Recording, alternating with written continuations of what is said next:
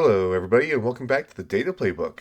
Now we're past our Thanksgiving Thursday games, and we have one special Black Friday game. And just as a reminder, this is a tool that I'm building over time here, and I'm going to continue to improve it. And as such, there's been some changes made, and I'm going to continue to do that, but they're always not perfect, so just keep that in mind as I go through all this information. So if this is something that interests you, go ahead and subscribe so that you can follow along with the changes as they're made, and you can add input along the way if there's something you think that's missing from this. But otherwise, we have our Friday game with Chicago and Philadelphia, so let's look into that data.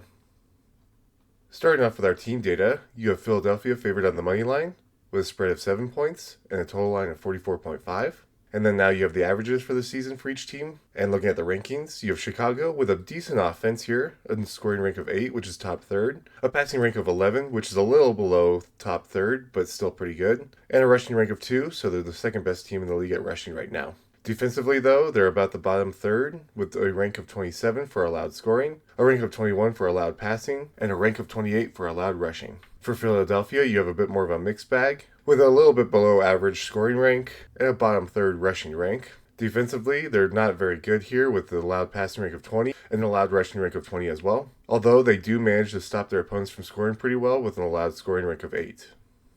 Getting into the quarterbacks, you have Caleb Williams and Jalen Hurts, with Williams averaging 19.5 fantasy points per game and Hurts averaging 21. And for turnovers, Caleb Williams has 4 interceptions and 1 fumble lost due to a sack, and Hurts has 1 interception this season with 1 fumble lost due to a sack and 1 additional rushing fumble. And then here's their player averages along with their breakdowns. If you need any of that, go ahead and give the video a pause.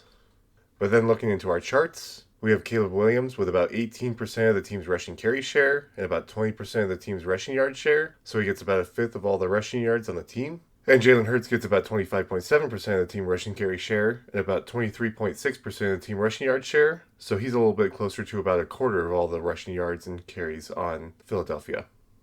Moving into the running backs, you have DeAndre Swift and Saquon Barkley, with Swift averaging 13.7 fantasy points per game and Barkley averaging 14.8. Swift has had 2 rushing fumbles this season, and Barkley's had 1 receiving fumble this season. And then here's your seasonal player averages, as well as their breakdown week by week if you need that information.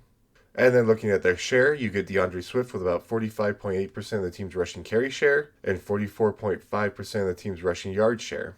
Of course, we said that about a fifth of that goes to Caleb Williams, but about a third of that also goes to Kyle, leaving only a little less than half for DeAndre Swift. That's a little different story here for Saquon Barkley, where he gets about 60% of the team's rushing carry share and about 54.2% of the team's rushing yard share. So other than about a quarter of the rushing yards and carries that go to Jalen Hurts, Saquon gets about the rest of that. So between both Jalen Hurts and Saquon Barkley, they get about 75% of the team's rushing carry share and 75% of the rushing yard share for Philadelphia. Now getting into our receivers, and starting with the number 1 receivers, we have Rome Odunze and A.J. Brown. Odunze averaging 13 fantasy points per game, and A.J. Brown just behind him with 12.7. Neither receiver has any turnovers, so we'll just look at their averages and their weekly breakdown if you need it.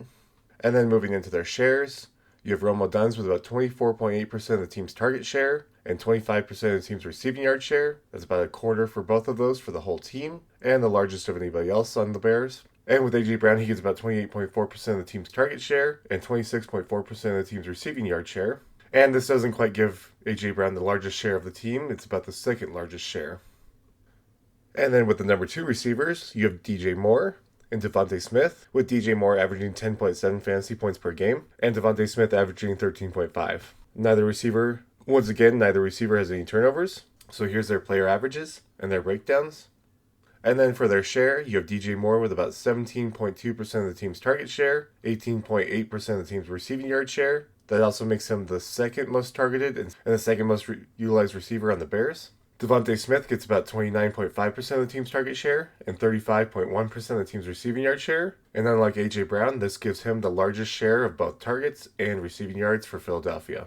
And once again, these charts are kind of hard to read and they're not quite well put together. There's a few pieces that are broken in here, but it gives you an idea of the trending of Devontae Smith and seeing that he still is heavily utilized, even with A.J. Brown being the number 1 receiver. And then wrapping up our receiving game with the tight ends, you have Colston Loveland and Dallas Goedert. Loveland averages about 8.4 fantasy points per game, and Goddard about 11.8. There are no turnovers here, so we'll look at their averages, and then their breakdown if you need any of this. And then looking at their share for the team, you have Loveland with about 11.2% of the team's target share and about 14.6% of the team's receiving yard share. And with Goddard, you get about 19.7% of the team's target share and about 17.5% of the receiving yard share. So that makes Dallas Goedert about the third most utilized receiver on the team.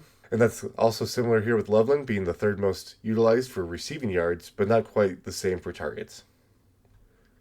So it'll be an interesting matchup for this one.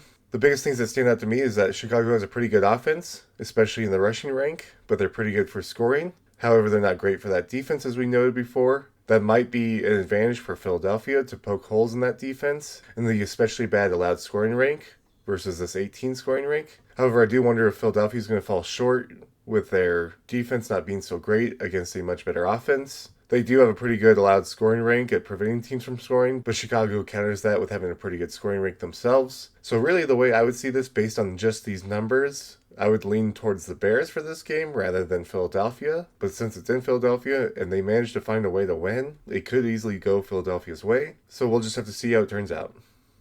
There it is for your Friday matchup game. I hope that you enjoyed and you got something useful out of it. And if you did, leave a like and subscribe. And otherwise, leave a comment on what else you'd want to see in the future. But other than that, thank you so much for watching, and I'll catch up with you for the Sunday games.